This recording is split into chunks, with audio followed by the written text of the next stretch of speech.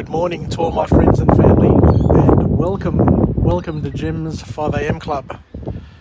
As you can see, I'm in adventure mode today.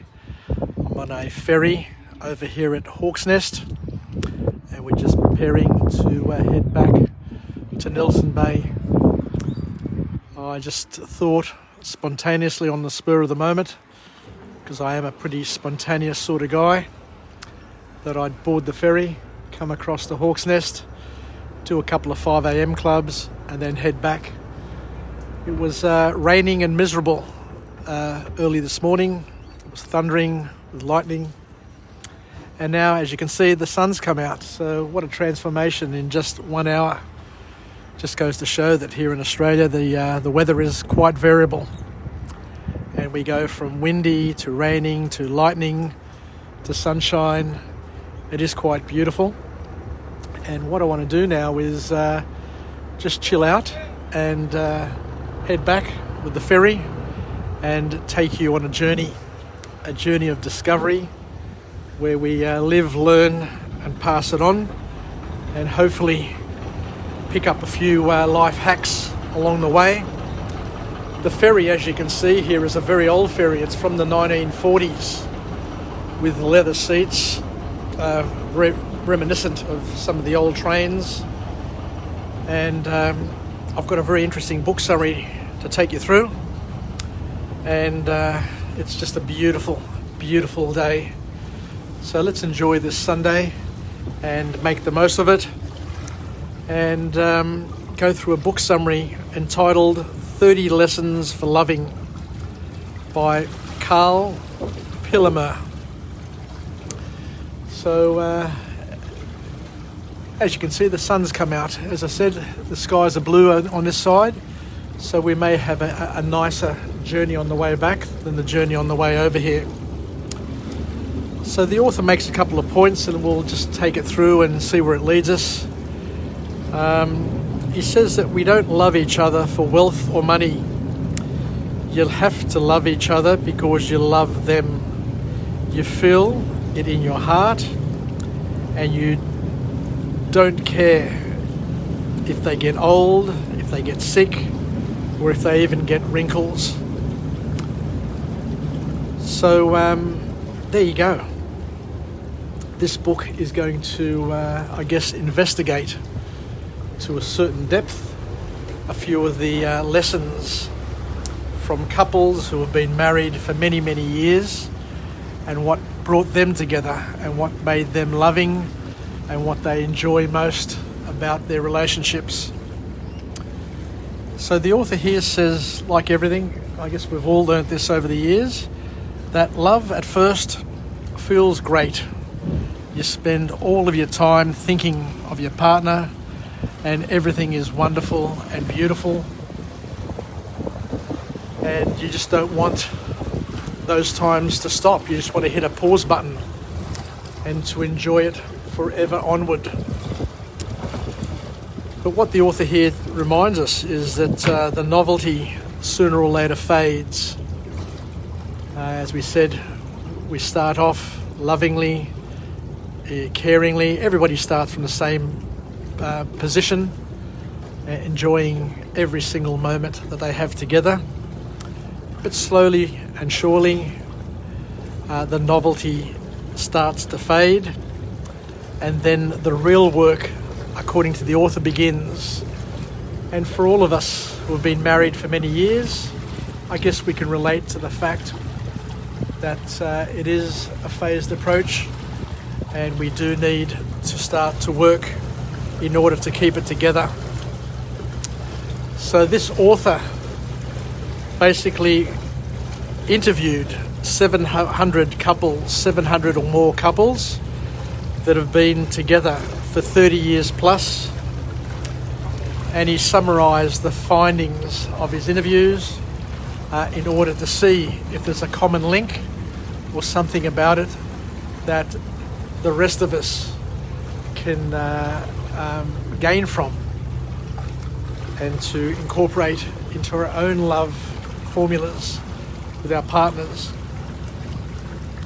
So the first formal point to come out of this book is where the author says that your heart and mind will tell you when you've found a companion who you can make a life with. So it's very important here. He's not saying that you find a companion to make love with. Doesn't say you find a companion to be happy with. But it's a little bit more than that, a little bit deeper than that, where the author says that you find in your heart and in your mind a person who you think that you can spend the rest of your life with and make a life with. Interesting, I like that. So the author then mentions that we need to have a vision that the relationship will never end. And that's one of the things that I guess all of us kind of hope for. Nobody gets married hoping and thinking that it'll be finished in a couple of years. But the reality is that not all relationships last a distance. And there are some relationships, sadly, where people wake up one day and realise that stark realisation, that horror feeling that they've made a mistake and that they need to do something to either fix it or to exit from it. And I feel for all of those people who have those sorts of challenges, because as we said, the reality is that one in every two people who get married or who come into a relationship will end up breaking up, divorcing and going their separate ways, which is a pity. But as we said, it is the reality of life, especially more so these days than what it ever was in the past. So the author here says that we need to be able to focus and pay attention to the things that don't feel just right. So we need to be on the lookout in our relationships, in our love life, because we're making a life together, but doesn't mean that we need to go on autopilot, shut our eyes, shut our minds, shut our hearts. We need to have our finger on the pulse, according to the author, throughout the process, throughout the journey, to make sure that things are tracking well, and that if anything happens that doesn't feel right, we need to address it there and then, as often as needed, to make sure that we stay on an even keel. The author then talks about the importance of asking the right questions, and one of the powerful, most important questions that somebody can ask before, during, and during, as I said before, a relationship, is to try and identify what the partner values most, to understand what you value, what your partner values, what their family values, and what their dreams are. The last thing you want to do is to start a life forsaking all others to be with a person who doesn't want to have family, doesn't like socializing, doesn't like traveling or doing the things that you want to do in your life, and then all of a sudden you feel that you're trapped. Sometimes, of course, you won't be able to have children. The partners may not be able to have children, but that's a lot different to not wanting to have children and not wanting to have a family. So you need to delve deeply and understand what the core beliefs are, because they are vital to your relationship. Sex is important and all of those other things, but they're not as important. The physicality of the relationship isn't quite as important as ensuring that you're both looking in the same direction and that you've both got similar sort of core values and things that you're looking forward to achieving.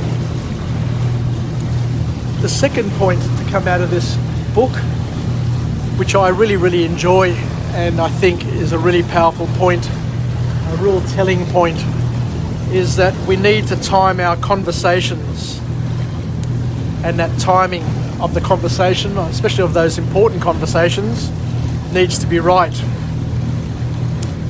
And to understand that your partner isn't a mind reader. So you need to communicate, you need to talk to each other, you need to exchange ideas so that you're on the same page. And just that one point that they make, that you're not a mind reader, is so important. You can't expect the other person to read your mind, to second guess what you want, what you're thinking. You need to be in a position to be able to honestly and openly be able to talk, to be listened to, and to be understood, as well as to understand the other person. The author then reminds us that what is common to all relationships are that couples fight, couples have disagreements. Because, and the author says to comfort us that disagreement is about something that is meaningful, and you shouldn't be having to hide your feelings. But it's more important to be honest about your feelings. So if something's not right, if you're not feeling good about something, then talk it out, have a chat about it. But only talk about the important topics. And this is a very important point as well. Something that I hadn't quite considered in my life, and it will save a lot of people a lot of problems. The author said here that it's critical and it's very important to have the important questions, to have those important discussions at a time when your stomach is full and you are well rested. I don't know if you can see that dolphin down there, but I'll keep the camera down there so when it pops up again, you may be able to see it. We've got a dolphin here by the side of the boat. Will he come up again? Waiting.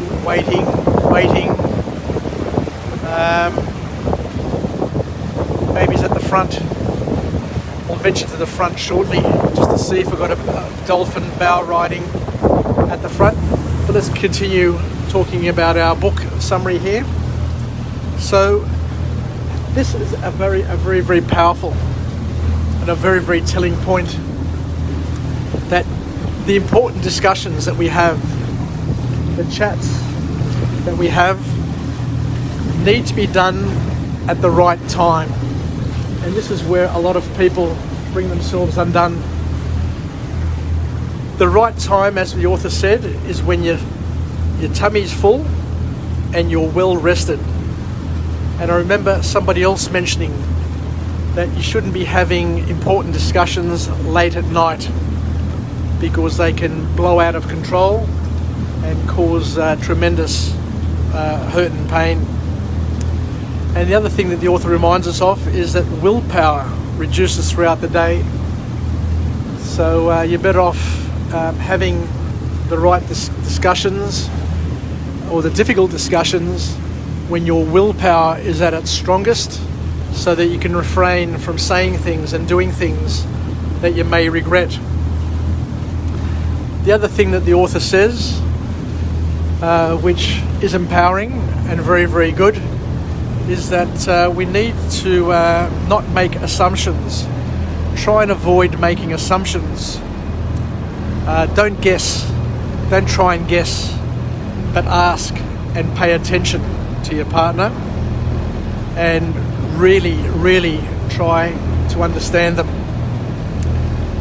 So the bottom line here from the author is that if you want to stay together and be happy for years to come, you need to continue doing small acts to show your love. fair enough, it's good to buy the Rolex watch, to buy the diamond ring, to buy the car and do all those sorts of things, go on a holiday. But the author here reminds us that what is more important and what is more valuable is to continue doing the small acts to show your love, because actions speak louder than words, especially in relationships.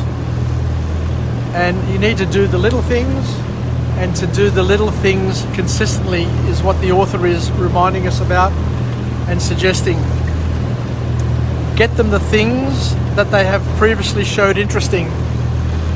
One of the tricks, according to the author, is to go shopping with your partner and just look and listen and pay attention to the things that she likes, the things that she remarks about, and you can go and buy it in secret and take it to them and have an impact, an important impact, which shows that you're paying attention, shows that you care. And the other thing the author talks about is the importance of frequent compliments, and to try and be friendly, and to indulge, and to try and build and expand the friendship, and to have shared moments. So, and to talk, and most importantly to talk, and just talk, and to pay attention, to spend time talking, and to not be drifting away and thinking about other things like work and problems and share investments and all those other things. So I think I'll leave it there for now, and thank you very much for joining me on this episode of Jim's 5am Club. I'll just turn the camera and I'm on the ferry here, the ferry heading back to Nelson Bay Harbour. We've just been across to Hawke's Nest. It's a 1-hour trip from Nelson Bay. It costs $26 return. You go across, spend half an hour there. I went to the pie shop, grabbed myself a pie, grab a beer. The pub is just around across the road from the jetty, and you can have a nice little break from your daily routine. I'll head back. I'll just go and grab a couple of coffees, go and catch up with Paula, and we'll do a few more jobs around the house, and maybe go for a drive and see where it leads us. But let's finish up with a positive affirmation. I'm alive, I am well, I feel absolutely great. To my friends and family, stay connected, stay relevant, stay reasonable, and